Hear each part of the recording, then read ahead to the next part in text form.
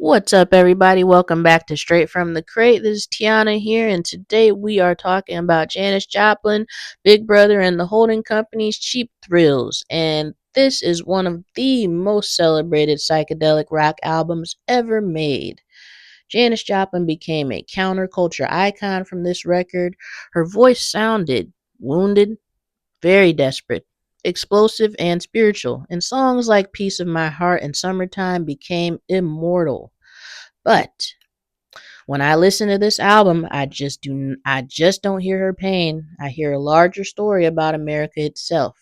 I hear how black art gets filtered through white faces before the world decides it deserves value. That is the simple truth. And people keep avoiding this discussion, the one around Blue Eyed Soul. Because let's be honest, white artists have historically never had to work as hard as black artists to get recognition, money, protection, distribution, or even legacy. Black people created this sound. They lived the struggle. They built the culture.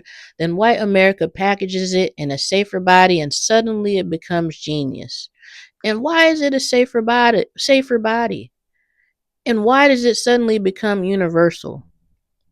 And suddenly the same emotions that black artists have been screaming for decades become acceptable once they come from white lungs. Rock music itself came from black music. Country music has deep black roots too. Blues, gospel, soul, jazz, rock and roll, all born from black creativity, black suffering, black spirituality, and black innovation. Yet, somehow, America continuously rewrites history and pushes black people to the margins of our own inventions. Then we get called urban, while everyone else gets called timeless. And Cheap Thrill sits right in the middle of that contradiction.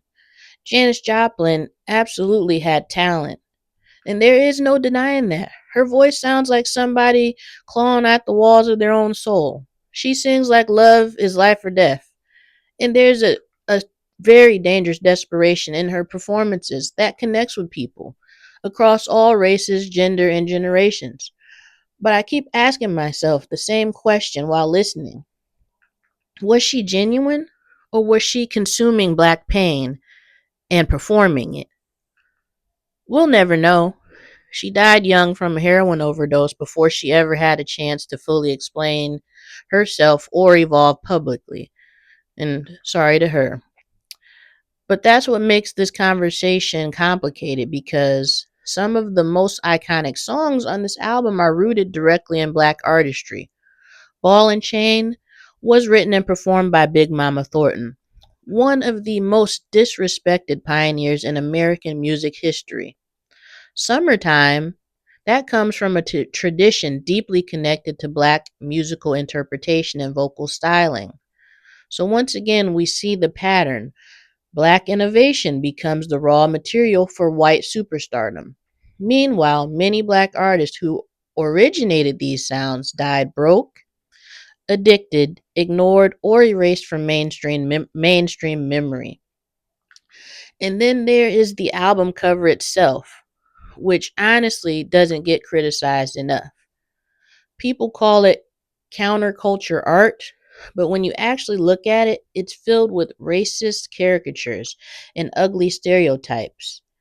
The imagery includes a mammy like figure feeding a crying white baby, exaggerated cartoon depictions, and symbolisms tied to white biker counterculture, including support from the Hells Angels, a group long associated with racism and violence. People excuse it because they say it was that time, but black people are constantly told to forgive imagery that dehumanizes us while our own expression gets policed immediately. And that is completely exhausting and also unfair. And this is where the album becomes emotionally difficult for me because I generally love parts of this music. I hear the emotion, I hear the artistry, and I hear the loneliness and chaos in Janis Joplin's voice, and I understand why people connect to her.